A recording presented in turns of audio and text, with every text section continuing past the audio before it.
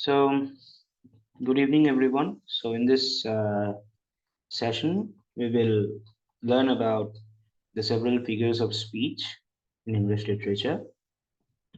First of all, let me be clear about the significance, the uses of rhetorics or figures of speech. We have all learned about English grammar. Now, grammar is for correctness of sentences. Rhetoric is ornamentation. It is used for embellishment of language. In English, we have many rhetorics, many figures of speech. We have selected a few here, and um, we will limit our discussions to the following. The entire rhetorics, the entire figures of speech can be divided into these broad categories. First, we have figures of speech based on similarity. They are simile and metaphor. Second, we have figures of speech based on difference. They are not difference actually, it's based on association, pardon me. Figures of speech based on association. Next, we have figures of speech based on imagination. In association, we have metonymy, synecdoche, transferred epithet, which is also known as hyperlage. Then we have figures of speech based on imagination, which are personification, apostrophe, and hyperbole. Following that, we have figures of speech based on indirectness, innuendo, euphemism, and periphrasis. Periphrasis is also known as circumlocution. Then we have figures of speech based on sound. They are pun or paronomasia, onomatopoeia, and alliteration. There I remind everyone that these are some of the figures of speech, not all. We are limiting our discussion to a few only, which are important for our exam. Then we have figures of speech based on construction, sentence construction, I mean. They are interrogation, exclamation, chiasmus, zeuma, hendiadys, litotes, and hyperbaton. Finally, we have figures of speech based on difference. Antithesis, epigram, climax, and anticlimax or bathos. We will start on figures of speech based on similarity.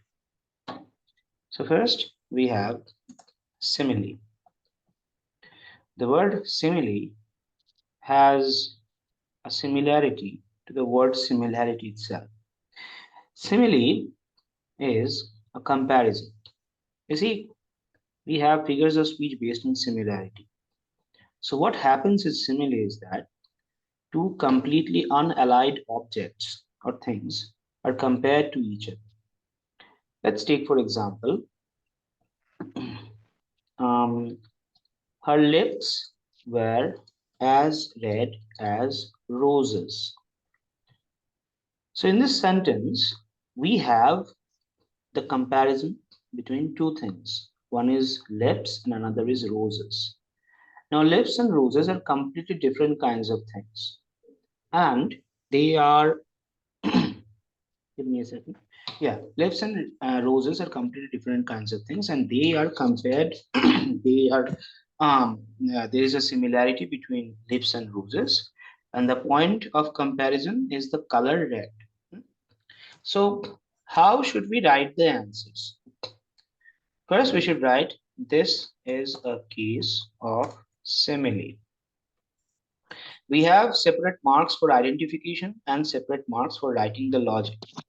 So first, we should identify the figures of speech. So this is a case of simile. This we have established. Next, we try to prove our point why this is a simile. Here, lips and roses are compared, not like this, right, like this. Here, similarity is drawn between lips and roses, which are completely different kind of things. You see, lips, it is a human organ, they are human organs. Roses, they are natural objects, they are flowers. So they are completely different kinds of things. Second, you have to write the point of comparison. The point of comparison is the beauty that is exerted due to the redness of due to their red hue or red color, you can also write. Then the comparison is explicit. The comparison is explicit. That means it can be understood from the surface. There is no hidden meaning or anything as such. One more line we have to use here, as is used. So what happens in simile? As, like, similar to, these words are used. If there are as, like, similar to these phrases, then we can be absolutely sure that that comparison is a simile. So after drawing these conclusions, we can definitely say, though, so this is a simile. Next, we have metaphors. Metaphors are also comparison, but the comparison is a little bit different. Let's see. We have all read the poem Gray's Elegy written in a country church sheet. Let's take that for example. The first line, the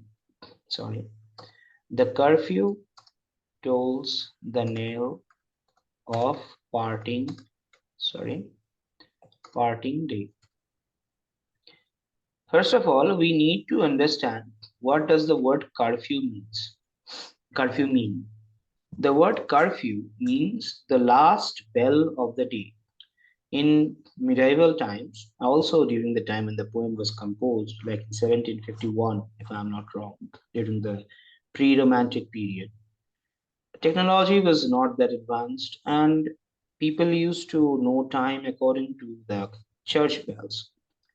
Curfew indicates the last church bell that indicates the end of the day, that it is time that you finish your daily routine jobs and you get back to home.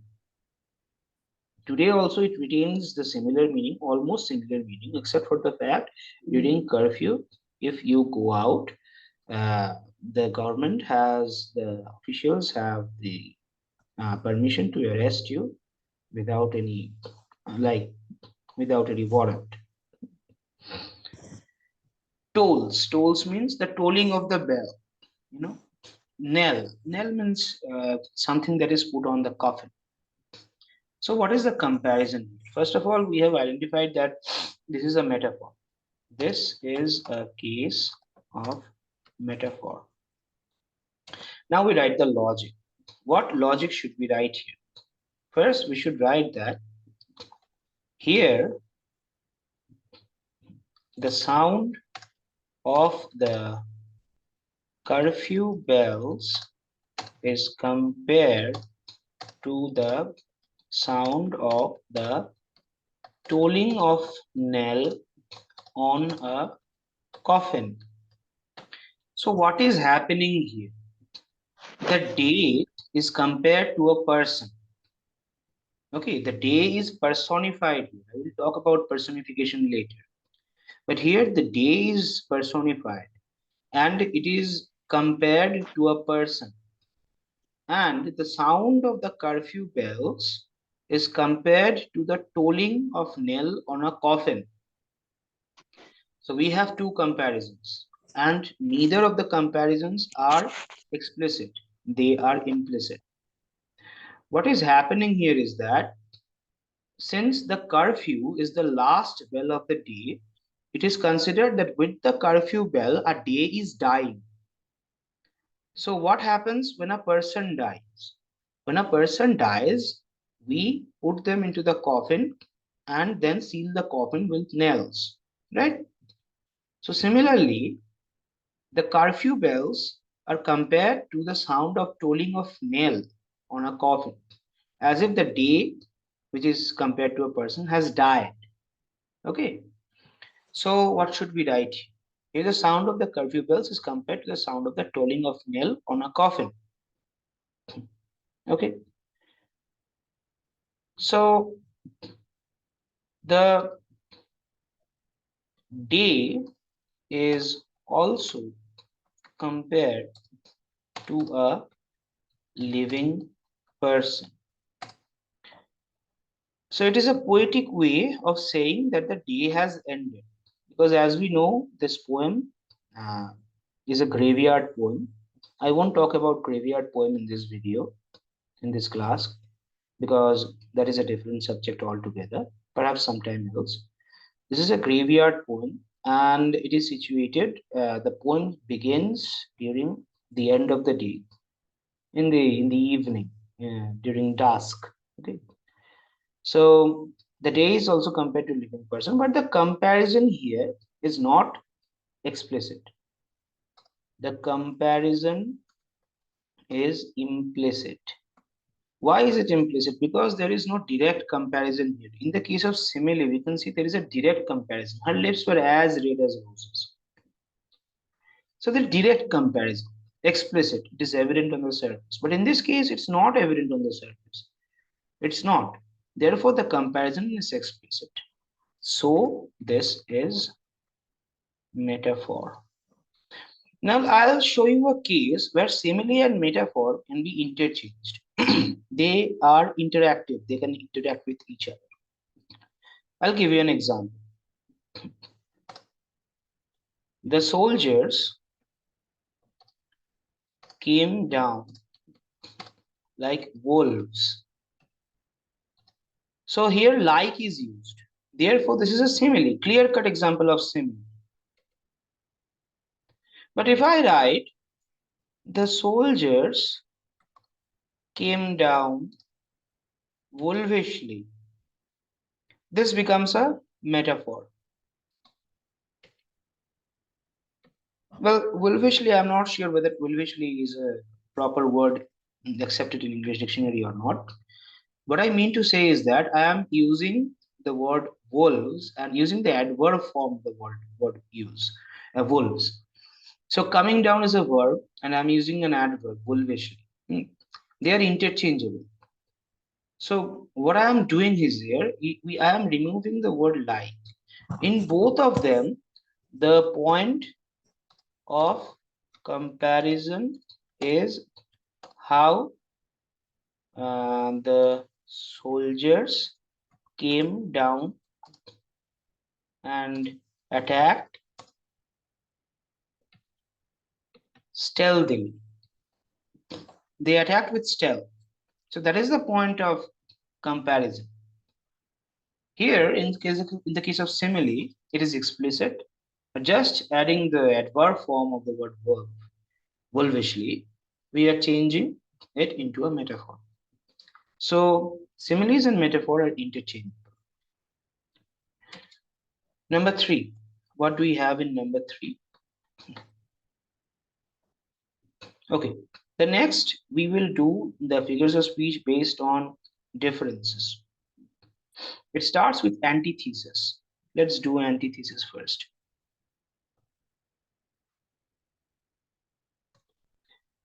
Sorry.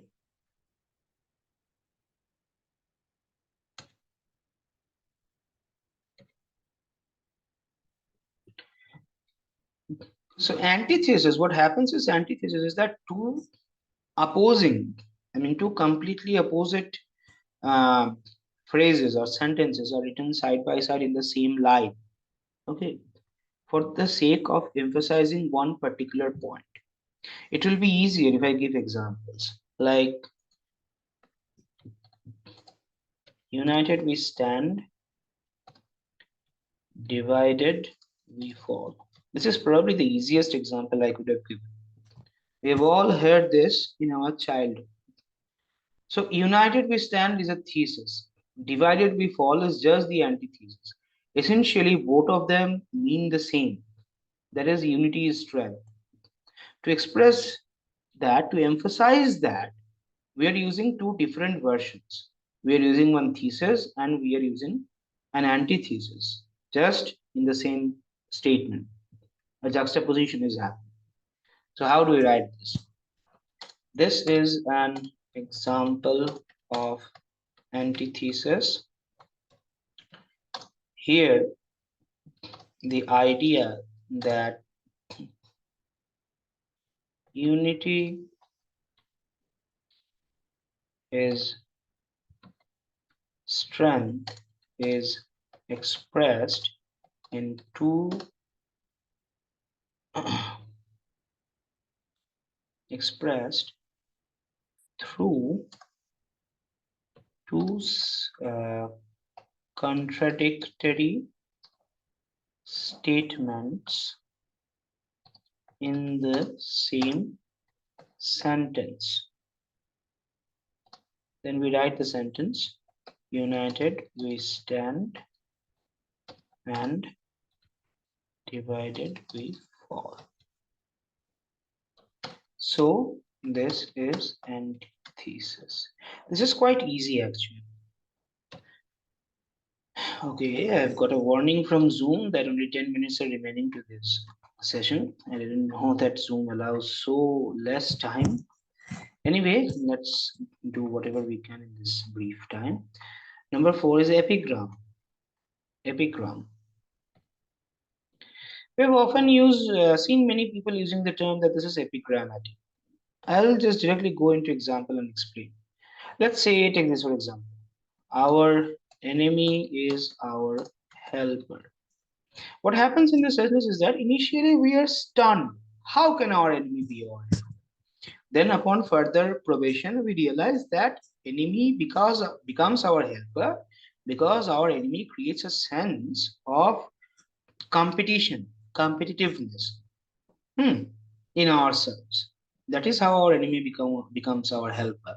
So initially the statement seems apparently contradictory and creates a shocking effect, but upon further probe, further investigation, further understanding, we understand that it has a deeper meaning, that our enemy is actually helping us because they are instilling the sense of competition inside us. They are helping us in becoming more perfect than we are presently. So how do we write this?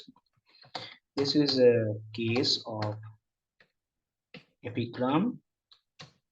Here the statement is apparently contradictory and creates a shocking effect initially, but upon further understanding, we understand this sentence means something else. Upon further understanding, we realize that the sentence means that our enemy helps us improve ourselves through developing the sense of competition in us. So this is epigram. Let's go to our next case, which is climax. Climax, we have often heard this term, climax. Let's see what does it mean in figures of speech. Let's say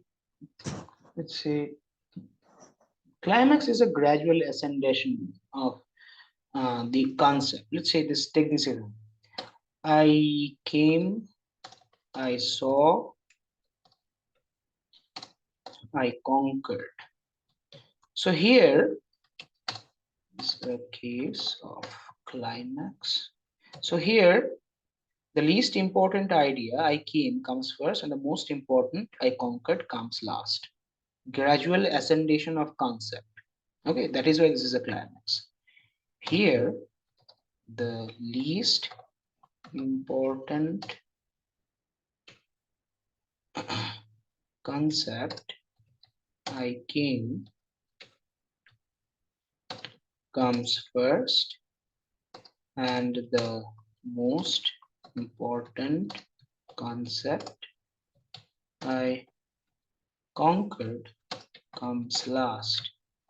Therefore, there is a gradual ascension of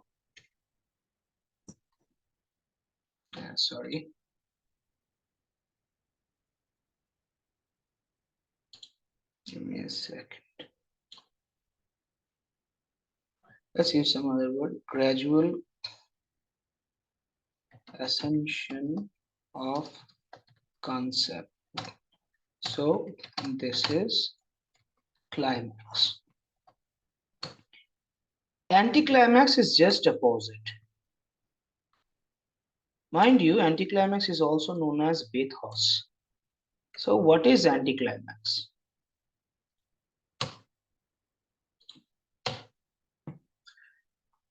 Anticlimax is something like this.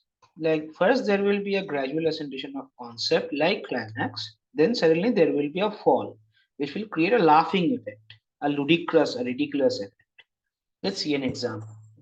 Mind you, Alexander Pope's Rape of the Lock, that famous text, is filled with anticlimaxes. Let's take one example. He lost his dog, his house, his wife, and his handkerchief. So this is a case of anticlimax. Here there is a gradual ascension of concept from losing the dog to losing wife. Then there is a sudden fall in handkerchief, which creates a ludicrous effect.